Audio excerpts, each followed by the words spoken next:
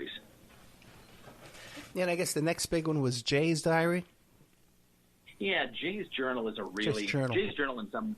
It's actually the most, in some ways, the most interesting and most tragic aspect of this story, because so Go Ask Alice came out in 1971, and as we were talking about earlier, Beatrice had positioned herself to the publisher as the editor of that diary, but a lot of people didn't know that because her name wasn't on it. And then in 1977, she gives an interview to a local paper, and she kind of outs herself as the so-called editor of Go Ask Alice. And by coincidence, a woman who lives just, basically down the road from her, a woman who lives just a few miles away, happens to be reading that interview in the paper. And that woman, her name is Marcella Barrett, her son, Alden, had taken his own life several years earlier. He suffered from clinical depression and had substance abuse issues and a lot of things. But her son Alden had taken his life. He'd committed suicide years earlier. But in 1977, Marcella Barrett sees this newspaper article, and where Beatrice Sparks, who lives just down the road and is a fellow Latter-day Saint, and has all of these cultural connections with her. This is, again, goes back to our conversation about affinity fraud and being lured in by people from the same culture. Marcella Barrett reads this interview, and where Beatrice Sparks is saying, I met this girl named Alice who had a drug problem, and after she died, I helped edit her diary for publication with the goal of helping other teenagers and other families and navigate these very serious issues. And Marcella Barrett, whose own son has died and who left behind a journal, thinks to herself, oh, well, this is meant to be. This is why my family suffered this horrible tragedy. This is the greater good, or the silver lining, or whatever you want to call it. This is why my son left behind this diary, so that maybe something good can come of his death. And so she contacts Beatrice Sparks and says, I read the interview, and I heard what you did for Alice and for Alice's diary, and my son committed suicide and left behind a diary. Maybe you could do for his diary what you did for his girl Alice. And so it's on some level, again, it's just this horrible sort of aligning of the planets. And what eventually happens is that Beatrice Sparks takes this diary, this real life diary, and it later comes out as a book called Jay's Journal. And I go into this in greater detail in my book, but while there are a few dozen entries in Jay's journal that do indeed come from Alden Barrett's diary, and some of them word for word, and some of them, like unchanged entirely, they're surrounded by a lot of embellishment, and they're surrounded by a lot of things that are just window dressing, and it's a real distortion of his diary, and that's and it's a thing that catches his family. It's the thing that catches the Barretts entirely off guard, that rather than editing this diary for publication, she's effectively warped this diary for publication, and it comes out in a form that is not at all true to life. Let me ask a couple of questions. Now, did you get a chance to, first of all, to speak with Marcella Barrett? So Marcella Barrett, one of the grim truths of this story is that so many people involved in the story have passed away. A lot of them quite young, some of them not so young.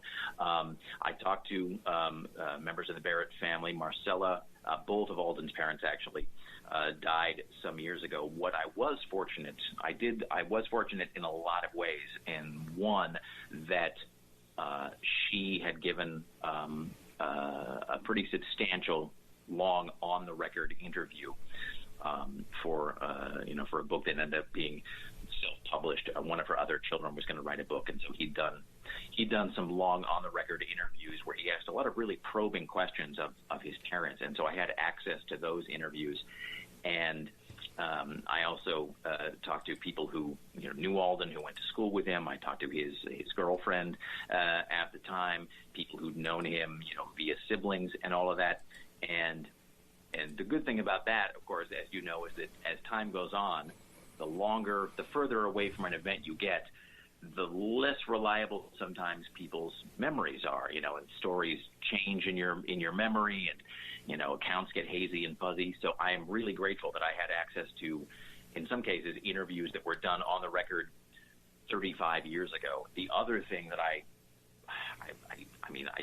don't know. I must have done something good in a past life to get, to be so lucky in some ways, because I stumbled into by accident, I interviewed a couple of people who, as it turned out, were, depending on your definition, either completists or pack rats, because I discovered people who had kept boxes and boxes of things in their garage, letters, correspondence, notes, their own diaries, and that were not only detailed but also contemporaneous. They were from the time.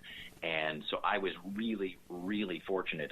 At one point toward the end of the book, I talk about someone that I interviewed who we'd done this long 3 or 4 hour interview, and at the end, she just sort of casually said, she was like, by the way, in my garage, if you want me to go check at some point, she's like, I save all of my correspondence.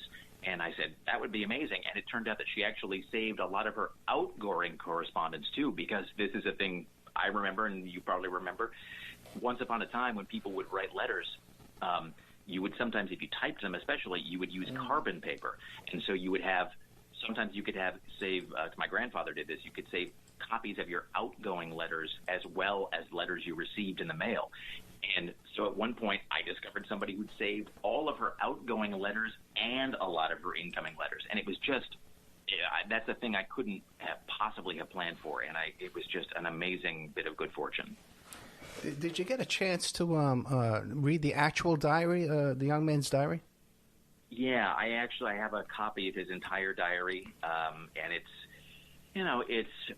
it's really, it's poignant to read. I mean, not because he was only 16, so he wasn't a world-class philosopher, but he was a 16-year-old who was aware of his own problems. I mean, one of the really poignant and tragic things about Alden Barrett is that he had struggled with drug and alcohol use, and he was almost certainly clinically depressed. It's hard to say because the psychiatric industry was really kind of on training wheels at that point. And when he died, actually, the first study of adolescent mental health was only 6 months old. I mean, they had barely, that field had barely existed.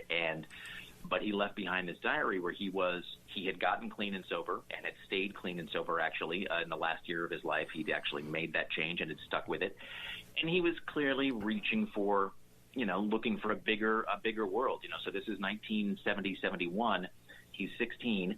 So at that point, voting was still 5 years away, because the voting age at that point was still 21. He, had real problems with the Latter-day Saint faith. He didn't necessarily believe that it was true. He was interested in exploring other faiths and other religions, but he was in this town that was 98% Mormon. His girlfriend was a year ahead of him in school, so they were going to be separated on some level. And also, he's 16, and so he's facing 2 years before he was probably going to be sent off to Vietnam.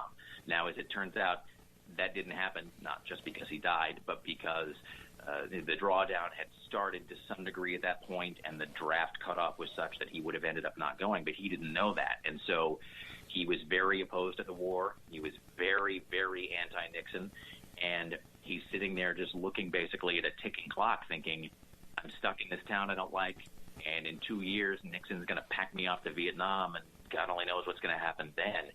And, so it's a really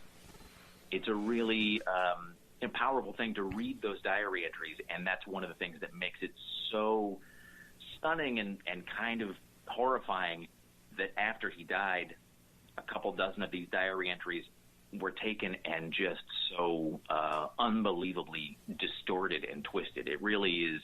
That's one of the reasons why, the tagline for the book is that truth is stranger than nonfiction, because if you didn't know the story, this whole saga was real, it just seems too insane to possibly have happened, and yet it did.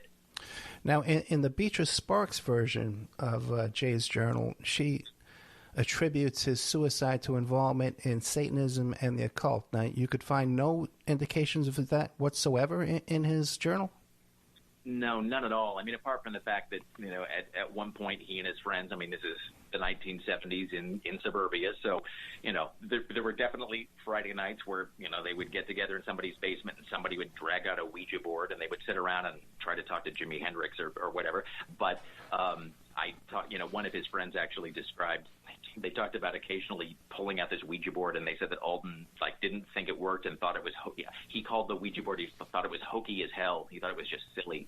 But there was no indication at all from anybody, not anybody who ever met him, talked to him, knew his family. There's no indication on any level, in any way, that he was ever involved in any kind of witchcraft or black magic.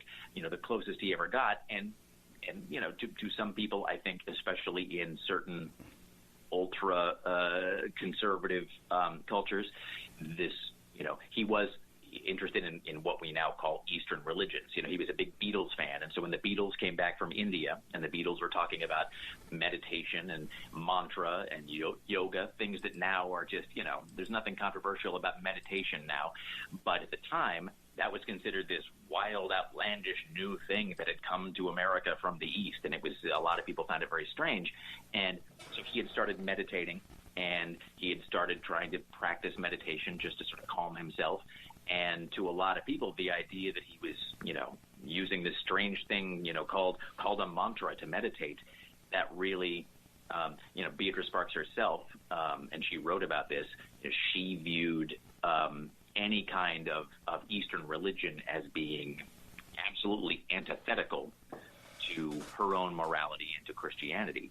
And so I think my take on that is that, and this is my take, is that I think that to her, that was in some ways, evidence enough that he was headed down this dark path, and that she felt justified in filling in a lot of the blanks from there. But no, there was no evidence he was ever involved in witchcraft. But unfortunately, Jay's journal helped to launch, and certainly helped to accelerate, what we now call the Satanic Panic, this 15-year literal witch hunt that kind of tore through America in the 80s and 90s and just ruined lives left and right. That book, unfortunately, didn't contribute to that.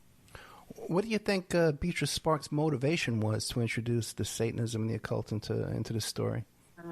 I think my guess, and again, part of this is speculation on my part, that I think it was sensational, and she, and having done Go Ask Alice, where the focus was essentially just on drugs. Go Ask Alice, the big villains there were drug use, and then the things that drug use leads to. And I think that, I think she didn't want to repeat herself, and so something else that's sensational. There's certainly drug use in Jay's journal, but I think, there was an idea of adding an additional ingredient, something to make it even more compelling. And also, 1978, 79, when Jay's journal was published and came out, there was already in the country, it kind of emerged at the perfect moment in some horrible way, because there was already in 1979 this strong growing feeling among certain sections of the country that that we were, that dark forces were rising. So the preacher, the Billy Graham, superstar preacher Billy Graham, who I grew up watching, he at one point said, I think at the end of 1978, and this is right after Jonestown, which also rattled a lot of people, he said something about, the shadow of Satan has emerged from his closet and is here to haunt this generation. He said something to that effect. I think both Jerry Falwell and Pat Robertson said that we were entering the last generation before Judgment Day because Satan's forces were loose upon the earth. Ronald Reagan, actually, while talking to a senator friend of his in California, Ronald Reagan, at the end of the 60s, said that he said, everything is in place now for the coming of the Antichrist. He said, I believe this will be the last generation before the return of Jesus. And so there was this strong feeling that this final showdown between good and evil, between God and the devil, was coming, and it was in the air.